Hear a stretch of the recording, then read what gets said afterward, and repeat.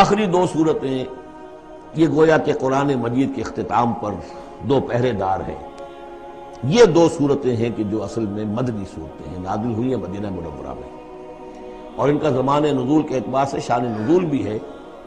کہ ان کا حضور پر ایک مرتبہ جادو کیا گیا تھا، تو اس جادو کے اثرات کو زائل کرنے کے لیے یہ آیات پھر اتری ہیں،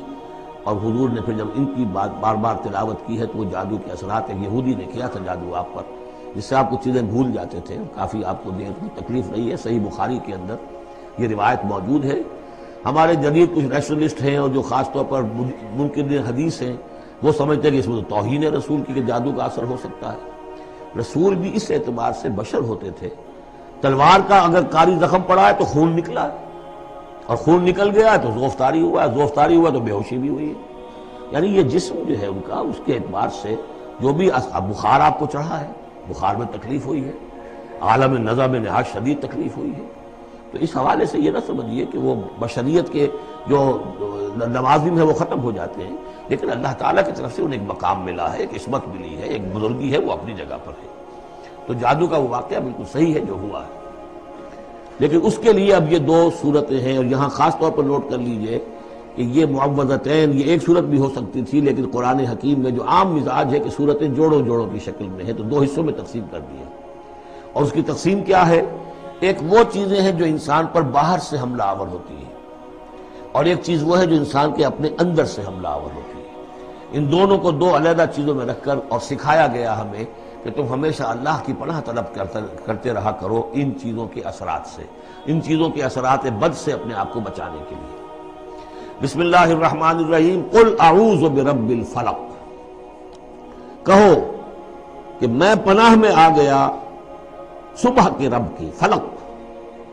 فلق ویسے تو یہ لفظ ہم پڑھ چکے ہیں سورہ انعام میں، فالق الاصباح،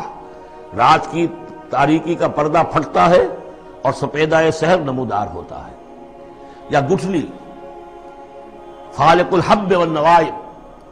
تو وہ جو گٹھلی ہوتی ہے وہ بھی پھٹتی ہے تو اس میں سے دو پتیاں نکلتی ہیں تو درخت بنتا ہے۔ اس اعتبار سے فلق سے مراد یہاں صرف صبح نہیں ہے، بلکہ جو اگلی صورت میں آ رہا ما خلق، جو بھی کچھ اس کائنات میں اس نے پیدا کیا ہے در حقیقت وہ عدم کا پردہ چاک کر کے اس کو وجود بخشا ہے۔ عدم سے، عدم محض سے، کریشن ایکس نہیلو، بغیر کسی شے کے کسی شے کو بنانا۔ تو قل اعوذ برب الفلق من شر ما خلق، میں پناہ میں آتا ہوں اس کی تمام مخلوقات کی پناہ سے۔ اب آپ غور کیجئے، مخلوق ظاہر بات ہے خالق کی طرح کامل تو نہیں ہو سکتی، مخلوق کے اندر کوئی نہ کوئی پہلو جو ہے وہ کمی کا، تقصیر کا، نقص کا رہ جائے گا۔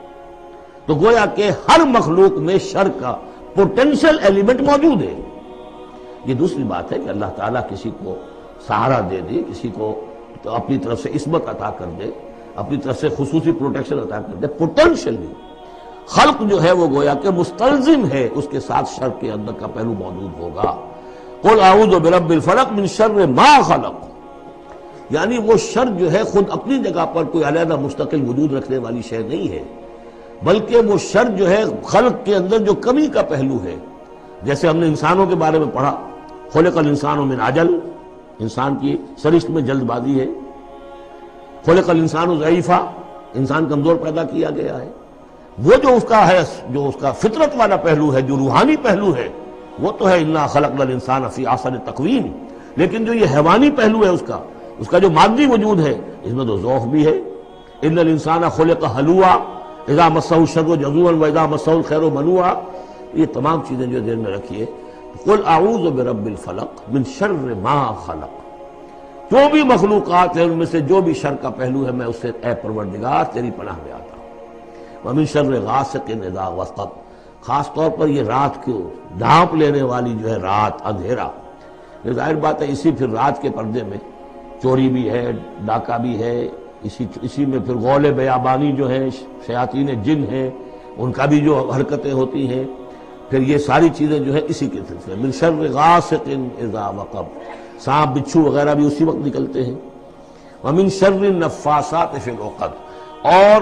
جو عورتیں گانٹھیں باندھ کر پھونکے مارتی ہیں، یہ جو بھی ٹونے ٹوٹکے ہوتے ہیں اور اس کی وجہ سے لوگوں کو نقصان پہنچایا جاتا ہے، گویا کہ یہ بھی اس کے اندر بھی کوئی حقیقت ہے، یہ سفلی عملیات بھی ہیں، ان کے بھی اثرات ہیں۔ جیسے کہ ہم جانتے ہیں کہ جادو جو ہے حق ہے، برحق ہے، اگرچہ کفر ہے۔ شراب کی تاثیر ہے لیکن حرام ہے۔ کچھ نہ کچھ حقیقت ان لکیروں میں بھی ہے، لیکن ہمیں روک دیا گیا کہ ان کے چکر میں مت پڑو۔ یہ جو منجمی ہے، نجوم کی حرکت، اس میں بھی کچھ نہ کچھ حقیقت ہے لیکن روک دیا گیا۔ تو کسی چیز کا ہونا بالفعل یہ اور شے ہے، لیکن اس کا جائز ہونا یہ اور شے ہے۔ تو بالفعل یہ عملیات ہیں جیسے اچھے اعمال ہیں، اور ان کو جو ہے کوئی اچھے اوراد ہیں، اچھے وظائف ہیں، تو ان کے کچھ اثرات جو ہیں اچھے ہو سکتے ہیں۔ اسی طریقے سے اس قسم کی چیزوں میں جادو کے جو کلمات ہوتے ہیں ان کی بھی تاثیر ہے۔ اور وہ جو عورتیں جو ہے وہ جادو کرتے ہوئے، جس کو ہم کہتے ہیں کہ وہ تعویذ گنڈا وغیرہ جو ہوتا ہے، پھر وہ اس میں پھونکے مارتی ہیں، تو اللہ تعالیٰ سے میں ان کے شر سے بھی پناہ چاہتا ہوں۔ وَمِن شَرِّ حَاسِدٍ إِذَا حَسَدَ، اور حسد کرنے والے کے شر سے بھی میں اللہ کی پناہ طلب کرتا ہوں، جبکہ وہ حسد اپنا استعمال کرے۔ اگر حسد ہے دل کے اندر ہے تو بات اور ہے، حسد کو بروئے کار لائے وہ، اور وہ انسان کے درپے ہو جائے اس حسد کی وجہ سے اس سے کوئی نقصان پہنچانے کو۔ اور اسی کتابیں ہے عین، العین حق، کہ اگر انسان اس حاسدانہ نگاہ سے کسی کو دیکھتا ہے اس کے بھی اثرات ہوتے ہیں، اور اس دیکھنے کے بھی کچھ برے اثرات جو ہیں وہ ظاہر ہو جاتے ہیں۔ تو یہ تمام چیزیں اپنی جگہ پر ہیں، لیکن ان سے پناہ کرنے کے لیے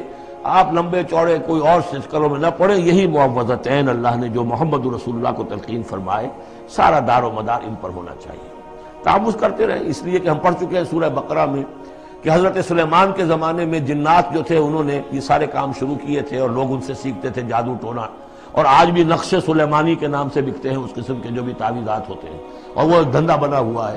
تو اس کو لوگوں نے سیکھا، اور وہ لوگ جو ہے آج بھی ہمارے ہاں یہ چیزیں چل رہی ہیں، لیکن یہ چیزیں حرام کی گئی ہیں، اور کہا گیا ہے کہ کوئی کسی کو نقصان نہیں پہنچا سکتا جب تک کہ اللہ کا اذن نہ ہو۔ اگر یہ یقین انسان کے دل میں ہو تو پھر اسے کوئی نقصان نہیں ہوگا۔ اور ویسے تو یہ ہے کہ تکلیف اللہ کی طرف سے کسی وقت آ سکتی ہے بغیر اس کے کہ کوئی اور آپ کو پہنچائے۔ اللہ کرنے کے لیے یہ آیات پھر اتری ہیں، اور حضور نے پھر جب ان کی بات بار بار تلاوت کی ہے تو وہ جادو کے اثرات، ایک یہودی نے کیا تھا جادو آپ پر، جس سے آپ کو چیزیں بھول جاتے تھے، کافی آپ کو دیر کی تکلیف رہی ہے۔ صحیح بخاری کے اندر یہ روایت موجود ہے۔ ہمارے جدید کچھ نیشنلسٹ ہیں اور جو خاص طور پر منکر حدیث ہیں، وہ سمجھتے ہیں کہ اس میں تو توہین رسول کی کہ جادو کا اثر ہو سکتا ہے۔ رسول بھی اس اعتبار سے بشر ہوتے تھے، تلوار کا اگر کاری زخم پڑا ہے تو خون نکلا ہے، اور خون نکل گیا ہے تو زوفتاری ہوا ہے، زوفتاری ہوا تو بے ہوشی بھی ہوئی ہے۔ یعنی یہ جسم جو ہے ان کا، اس کے اعتبار سے جو بھی بخار آپ کو چڑھا ہے، بخار میں تکلیف ہوئی ہے، عالم نزع میں نہایت شدید تکلیف ہوئی ہے، تو اس حوالے سے یہ نہ سمجھیے کہ وہ بشریت کے جو لوازم ہے وہ ختم ہو جاتے ہیں، لیکن اللہ تعالیٰ کی طرف سے انہیں ایک مقام ملا ہے، ایک عصمت ملی ہے، ایک بزرگی ہے، وہ اپنی جگہ پر ہے۔ تو جادو کا وہ واقعہ بالکل صحیح ہے جو ہوا ہے، لیکن اس کے لیے اب یہ دو صورتیں ہیں، اور یہاں خاص طور پر نوٹ کر لیجئے کہ یہ معوذتین، یہ ایک صورت بھی ہو سکتی تھی، لیکن قرآن حکیم میں جو عام مزاج ہے کہ صورتیں جوڑوں جوڑوں کی شکل میں ہے، تو دو حصوں میں تقسیم کر دیا۔ اور اس کی تقسیم کیا ہے؟ ایک وہ چیزیں ہیں جو انسان پر باہر سے حملہ آور ہوتی ہیں، اور ایک چیز وہ ہے جو انسان کے اپنے اندر سے حملہ آور ہوتی ہے۔ ان دونوں کو دو علیحدہ چیزوں میں رکھ کر اور سکھایا گیا ہمیں کہ تم ہمیشہ اللہ کی پناہ طلب کرتے رہا کرو ان چیزوں کے اثرات سے، ان چیزوں کے اثرات بد سے اپنے آپ کو بچانے کے لیے۔ بسم اللہ الرحمن الرحیم، قل اعوذ برب الفلق، کہو کہ میں پناہ میں آ گیا صبح کے رب کی۔ فلق، فلق ویسے تو یہ لفظ ہم پڑھ چکے ہیں سورہ انعام میں، فالق الاصباح، رات کی تاریکی کا پردہ پھٹتا ہے اور سپیدہ سحر نمودار ہوتا ہے، یا گٹھلی فالق الحب والنوائے، تو وہ جو گٹھلی ہوتی ہے وہ بھی پھٹتی ہے تو اس میں سے دو پتیاں نکلتی ہیں تو درخت بنتا ہے۔ اس اعتبار سے فلق سے مراد یہاں صرف صبح نہیں ہے، بلکہ جو اگلی صورت میں آ رہا ما خلق، جو بھی کچھ اس کائنات میں اس نے پیدا کیا ہے در حقیقت وہ عدم کا پردہ چاک کر کے اس کو وجود بخشا ہے۔ عدم سے، عدم محض سے، کریشن ایکس نہیلو، بغیر کسی شے کے کسی شے کو بنانا۔ تو قل اعوذ برب الفلق من شر ما خلق، میں پناہ میں آتا ہوں اس کی تمام مخلوقات کی پناہ سے۔ اب آپ غور کیجئے، مخلوق ظاہر بات ہے خالق کی طرح کامل تو نہیں ہو سکتی، مخلوق کے اندر کوئی نہ کوئی پہلو جو ہے وہ کمی کا، تقصیر کا، نقص کا رہ جائے گا۔ تو گویا کہ ہر مخلوق میں شر کا پوٹینشل ایلیمنٹ موجود ہے۔ یہ دوسری بات ہے کہ اللہ تعالیٰ کسی کو سہارا دے دے، کسی کو اپنی طرف سے عصمت عطا کر دے، اپنی طرف سے خصوصی پروٹیکشن عطا کر دے، پوٹینشلی خلق جو ہے وہ گویا کہ مستلزم ہے اس کے ساتھ شر کے اندر کا پہلو موجود ہوگا۔ قل اعوذ برب الفلق من شر ما خلق، یعنی وہ شر جو ہے خود اپنی جگہ پر کوئی علیحدہ مستقل وجود رکھنے والی شے نہیں ہے، بلکہ وہ شر جو ہے خلق کے اندر جو کمی کا پہلو ہے۔ جیسے ہم نے انسانوں کے بارے میں پڑھا، خلق الانسان من عجل، انسان کی سرشت میں جلد بازی ہے۔ خلق الانسان ضعیفا، انسان کمزور پیدا کیا گیا ہے۔ وہ جو اس کا ہے، جو اس کا فطرت والا پہلو ہے، جو روحانی پہلو ہے، وہ تو ہے انا خلقنا الانسان فی احسن تقویم، لیکن جو یہ حیوانی پہلو ہے اس کا جو مادی وجود ہے، اس میں تو ذوق بھی ہے۔ ان الانسان خلق ہلوعا اذا مسہ الشر جزوعا واذا مسہ الخیر منوعا، یہ تمام چیزیں جو ذہن میں رکھیے۔ قل اعوذ برب الفلق من شر ما خلق، جو بھی مخلوقات ہیں ان میں سے جو بھی شر کا پہلو ہے میں اس سے اے پروردگار تیری پناہ میں آتا ہوں۔ ومن شر غاسق اذا وقب، خاص طور پر یہ رات کو ڈھانپ لینے والی جو ہے رات، اندھیرا، یہ ظاہر بات ہے اسی پھر رات کے پردے میں چوری بھی ہے، ڈاکہ بھی ہے، اسی میں پھر غول بیابانی جو ہیں، شیاطین جن ہیں، ان کا بھی جو حرکتیں ہوتی ہیں، پھر یہ ساری چیزیں جو ہے اسی کے سلسلے من شر غاسق اذا وقب، سانپ بچھو وغیرہ بھی اسی وقت نکلتے ہیں۔ ومن شر النفاثات فی العقد، اور جو عورتیں گانٹھیں باندھ کر پھونکے مارتی ہیں، یہ جو بھی ٹونے ٹوٹکے ہوتے ہیں اور اس کی وجہ سے لوگوں کو نقصان پہنچایا جاتا ہے، گویا کہ یہ بھی اس کے اندر بھی کوئی حقیقت ہے، یہ سفلی عملیات بھی ہیں، ان کے بھی اثرات ہیں۔ جیسے کہ ہم جانتے ہیں کہ جادو جو ہے حق ہے، برحق ہے، اگرچہ کفر ہے، شراب کی تاثیر ہے لیکن حرام ہے، کچھ نہ کچھ حقیقت ان لکیروں میں بھی ہے، لیکن ہمیں روک دیا گیا کہ ان کے چکر میں مت پڑو۔ یہ جو منجمی ہے، نجوم کی حرکت، اس میں بھی کچھ نہ کچھ حقیقت ہے لیکن روک دیا گیا۔ تو کسی چیز کا ہونا بالفعل یہ اور شے ہے، لیکن اس کا جائز ہونا یہ اور شے ہے۔ تو بالفعل یہ عملیات ہیں، جیسے اچھے اعمال ہیں اور ان کو جو ہے کوئی اچھے اوراد ہیں، اچھے وظائف ہیں، تو ان کے کچھ اثرات جو ہیں اچھے ہو سکتے ہیں۔ اسی طریقے سے اس قسم کی چیزوں میں جادو کے جو کلمات ہوتے ہیں ان کی بھی تاثیر ہے۔ اور وہ جو عورتیں جو ہے وہ جادو کرتے ہوئے، جس کو ہم کہتے ہیں کہ وہ تعویذ گنڈا وغیرہ جو ہوتا ہے، پھر وہ اس میں پھونکے مارتی ہیں، تو اللہ تعالیٰ سے میں ان کے شر سے بھی پناہ چاہتا ہوں۔ وَمِن شَرِّ حَاسِدٍ إِذَا حَسَدَ، اور حسد کرنے والے کے شر سے بھی میں اللہ کی پناہ طلب کرتا ہوں جبکہ وہ حسد اپنا استعمال کرے۔ اگر حسد ہے دل کے اندر ہے تو بات اور ہے، حسد کو بروئے کار لائے وہ، اور وہ انسان کے درپے ہو جائے اس حسد کی وجہ سے اس سے کوئی نقصان پہنچانے کو۔ اور اسی کتابیں ہے عین، العین حق، کہ اگر انسان اس حاسدانہ نگاہ سے کسی کو دیکھتا ہے اس کے بھی اثرات ہوتے ہیں، اور اس دیکھنے کے بھی کچھ برے اثرات جو ہیں وہ ظاہر ہو جاتے ہیں۔ تو یہ تمام چیزیں اپنی جگہ پر ہیں، لیکن ان سے پناہ کرنے کے لیے آپ لمبے چوڑے کوئی اور سلسلوں میں نہ پڑیں۔ یہی معوذتین اللہ نے جو محمد رسول اللہ کو تلقین فرمائے، سارا دار و مدار ان پر ہونا چاہیے۔ تعوذ کرتے رہیں، اس لیے کہ ہم پڑھ چکے ہیں سورہ بقرہ میں